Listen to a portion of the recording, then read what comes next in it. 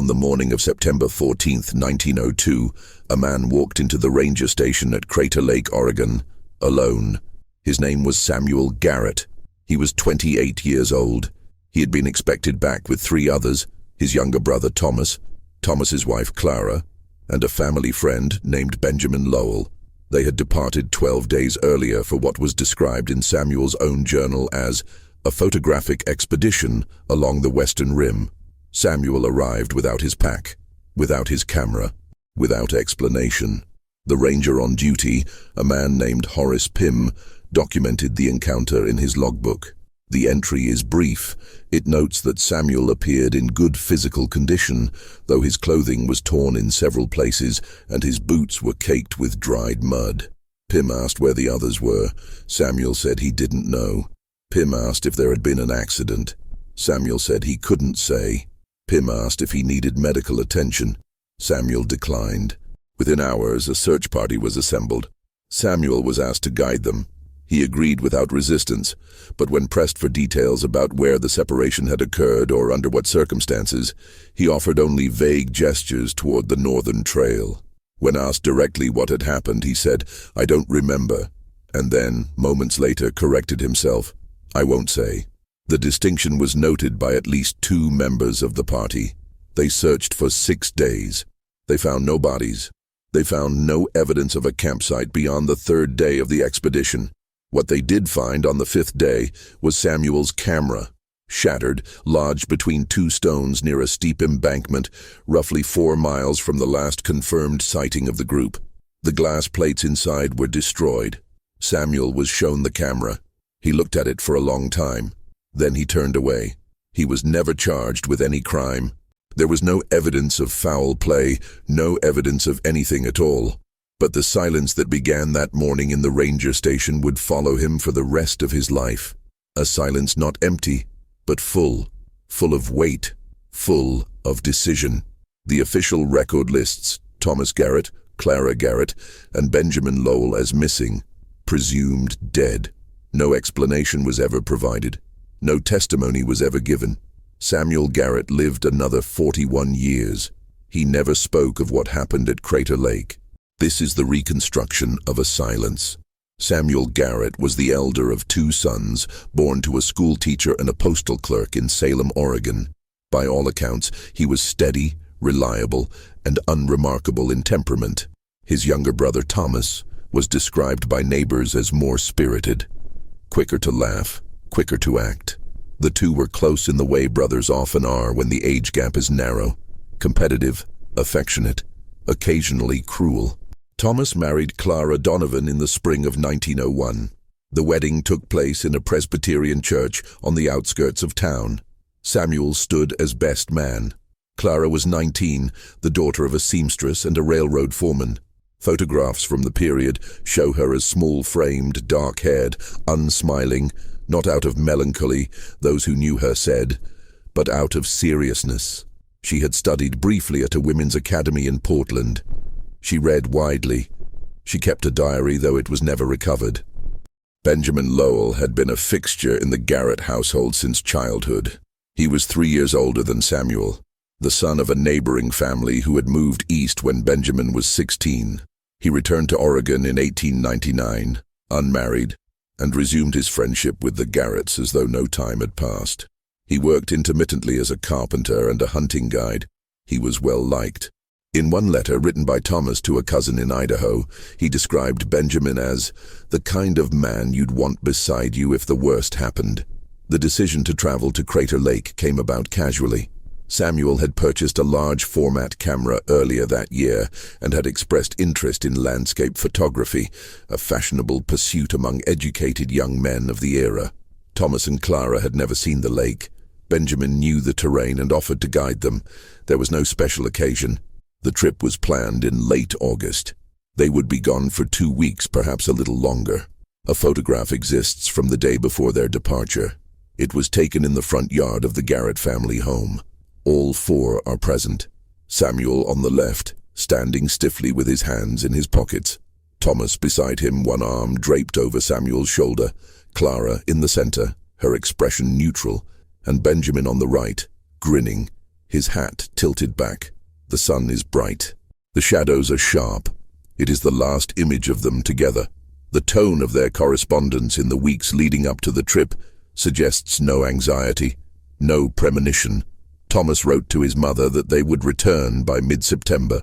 Clara mentioned in a letter to a friend that she hoped to collect botanical samples. Samuel noted in his journal that he intended to capture the interplay of light and stone at altitude. They left Salem on the morning of September 2nd, 1902, by wagon. They reached the lake on the evening of September 4th. They were seen by at least 3 other parties during the first 5 days, a pair of miners, a government surveyor, and another photographer traveling with his wife. All recalled them as cheerful, well-supplied, and unremarkable. The surveyor later testified that Samuel had asked him about trail conditions to the north. He had advised caution. The trails were poorly marked, he said, and the drop-offs were severe. Samuel thanked him. That was the last confirmed sighting of the group. Reconstruction of the expedition's movements after September 9th relies on fragmentary evidence. Footprints observed by the search party, the location of the shattered camera, and a single item found 3 years later by a hiker, a small brass button identified by Samuel's mother as having come from Thomas's coat. It was discovered lodged in a crevice approximately 6 miles northwest of the last confirmed campsite, at an elevation nearly 1,000 feet higher than any trail in the area. No explanation was ever offered for how it came to be there. The search party's report, filed on September 23, 1902, includes a map marking the locations where evidence was found. The map shows a rough crescent shape, arcing north and west from the main trail. The distances between points are significant, too great, some argued, to suggest a single continuous path. It was as though the group had scattered, or been scattered. Samuel was asked repeatedly to clarify the route they had taken. He did not. He was asked if they had encountered anyone else. He said he didn't know. He was asked if there had been an argument. He said no. He was asked if someone had fallen. He said nothing. One member of the search party, a local trapper named Eugene Voss, later gave an interview to a Portland newspaper. In it, he described an incident on the 4th day of the search. The party had been following a ridgeline when Samuel suddenly stopped. He stood very still, Voss said, staring down into a ravine. Voss approached and asked if he recognized the area. Samuel nodded. Voss asked if this was where the others had been lost. Samuel turned and walked away. Voss pressed him. Samuel finally said, "It doesn't matter now." The search party found no remains in the ravine. They found no blood, no torn fabric, no signs of struggle. They found nothing. The logistical reality of the terrain has been examined by subsequent historians and outdoor survivalists. The consensus is that a fall from the ridges in that area would almost certainly be fatal. Recovery of a body, however, would not be impossible, provided one knew where to look. The depth of some of the crevices, combined with seasonal snowmelt and erosion, could conceivably obscure remains for years, even decades. But 3 people. The question hung over the investigation from the beginning. If there had been an accident, a rock slide, a sudden storm, a navigational error, how had Samuel alone survived? And if he had survived, why had he not stayed with the others, or at least marked the location so that recovery would be possible? Samuel was asked this directly during an informal inquiry convened by the county sheriff in late September. The transcript of that inquiry survives in the Oregon State Archives. It is not lengthy. Samuel's answers are terse, often single words. When asked why he had left the others, he said, "I had to." When asked what he meant, he said, "I can't explain." When asked if he felt responsible for their deaths, he paused. Then he said, "Yes." The inquiry concluded with no findings. No criminal negligence was established. No civil suit was ever filed. The families of Thomas, Clara, and Benjamin were left with only questions, and Samuel offered no answers. One detail, however, stands out in the testimony. It comes from the sheriff himself, a man named William Cord, who noted in his personal diary, discovered decades later among his effects, that during one of the breaks in questioning, he had stepped outside with Samuel for air. Samuel had been silent for several minutes. Then, unprompted, he said, Some things you can't come back from. Cord asked what he meant. Samuel shook his head. I came back, he said. That's the difference. Samuel Garrett returned to Salem in early October. He moved back into his parents' home. He did not resume work immediately. For several weeks he barely left the house. The town's response to his return was complicated. There was sympathy, certainly. No one doubted that he had suffered. But there was also suspicion. Silence in a small community is rarely neutral. It invites interpretation. And in the absence of explanation, people supply their own. There were rumors. Some said Samuel and Clara had been involved in an affair, and that Thomas had discovered it. Others suggested that Benjamin had witnessed something criminal and had to be silenced. Still, others posited that Samuel had simply panicked during an emergency and fled, leaving the others to die. None of these theories were ever substantiated. None were ever entirely dismissed. Samuel's mother defended him publicly. In a letter to the editor of the Salem Statesman published in November 1902, she wrote, "My son is not a murderer. He is not a coward. He is a man who has endured something no one should have to endure, and he has chosen to bear it in silence. I ask that he be allowed to do so in peace." The letter did little to quiet the speculation. Samuel found work as a clerk in a dry goods store. He kept to himself. He did not attend church. He did not socialize. On the rare occasions he was approached by acquaintances or journalists, he declined to engage. One reporter from Portland traveled to Salem specifically to interview him in the spring of 1903. Samuel met him outside the store and said, "I have nothing to say." The reporter persisted. Samuel repeated the phrase. Then he walked away. There was one exception to his silence. In December 1902, Clara's mother, Evelyn Donovan, traveled to Salem and requested a meeting. Samuel agreed. They met in the parlor of the Garrett home.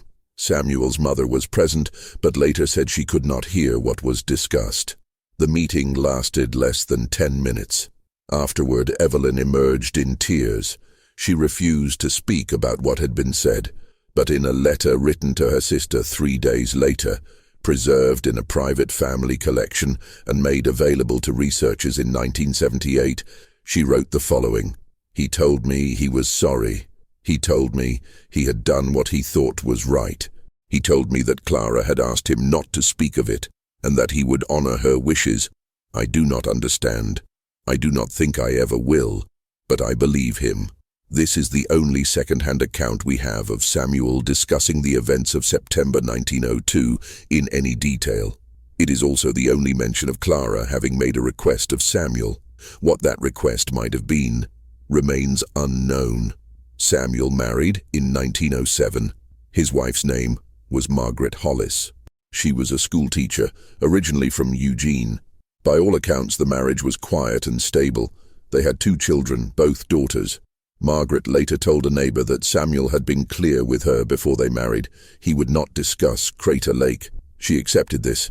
She said she had no need to know. The family moved to Portland in 1910. Samuel worked for a printing company. He attended his daughter's school events. He was, by all outward measures, an ordinary man. But those who knew him, friends, colleagues, even his own children, spoke of a quality in him that was difficult to name, a reserve, a distance. One daughter, in an oral history recorded in 1967, described him as kind, but not quite present. She said that there were times, particularly in the evening, when he would sit by the window and stare out at nothing. If interrupted, he would smile and apologize, but the absence remained. He never returned to Crater Lake. In 1925, a journalist writing a retrospective on unsolved disappearances in the Pacific Northwest contacted Samuel for comment. Samuel declined. The journalist published the piece regardless. It included testimony from several individuals who had known Thomas, Clara, and Benjamin, as well as speculation about what might have occurred. Samuel was portrayed as evasive and uncooperative. Margaret responded with her own letter to the publication. In it she wrote, "My husband is not hiding from guilt. He is protecting something he believes must remain protected. I trust his judgment. I ask that others do the same." The letter was published. The speculation continued. Samuel Garrett died in January 1943 at the age of 68. The cause was heart failure. His death certificate lists his occupation as printer and his place of birth as Salem, Oregon. There is no mention of Crater Lake. He left no written account, no deathbed confession, no letter to be opened after his death. His wife and daughters respected his silence. The case of Thomas Garrett, Clara Garrett, and Benjamin Lowell remains officially unsolved. A historian approaching the case of Samuel Garrett is faced with an unusual problem. The absence of information is not due to a lack of documentation. The public record is extensive. Search reports, newspaper articles, legal inquiries, personal letters. The absence is deliberate. Samuel Garrett knew what happened. He chose not to say. The question, then, is not what occurred on that ridge in September 1902. The question is why he kept silent. There are several possibilities. The first is guilt. Perhaps Samuel made a decision, an error in judgment, a moment of panic that led directly to the deaths of the others. Perhaps the shame of that decision was too great to articulate, but this explanation is inconsistent with his behavior. Guilt of that kind typically compels confession, if only to seek absolution. Samuel sought none. The second possibility is complicity.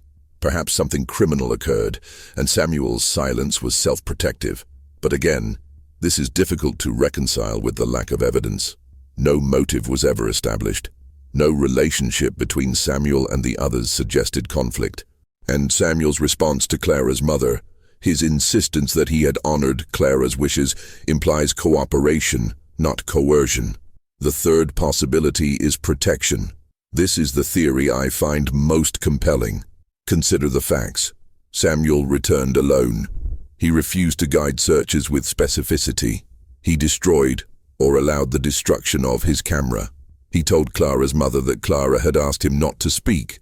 He lived the remainder of his life with the weight of that silence, never seeking to relieve himself of it. What if the silence was not about concealing a crime, but about preserving a dignity? What if something happened on that ridge that was so profoundly intimate, so unbearable, that the only humane response was to let it remain unspoken? There are circumstances under which death becomes a private matter. Illness that strips away identity. Injury that leaves no trace of the person who once was. Decisions made in extremity that cannot be explained to those who were not there. Samuel Garrett may have witnessed something that the others would not have wanted witnessed. He may have participated in something that required, as a condition of his own survival, that he never speak of it. We cannot know, but we can observe that his silence was not passive. It was active, sustained, and, by his own account, intentional. He called it a matter of honor. His wife called it protection. Perhaps it was both. The last photograph of Samuel Garrett was taken in 1941, 2 years before his death. He is standing in the backyard of his home in Portland, holding his infant granddaughter. He is smiling. The light is soft. He looks in that moment like any other grandfather. But if you examine the photograph closely, if you look at his eyes, there is something there that the smile does not reach. It is not quite sadness. It is not quite fear. It is the look of a man who has carried something for a very long time and who has decided that carrying it is the only option he has.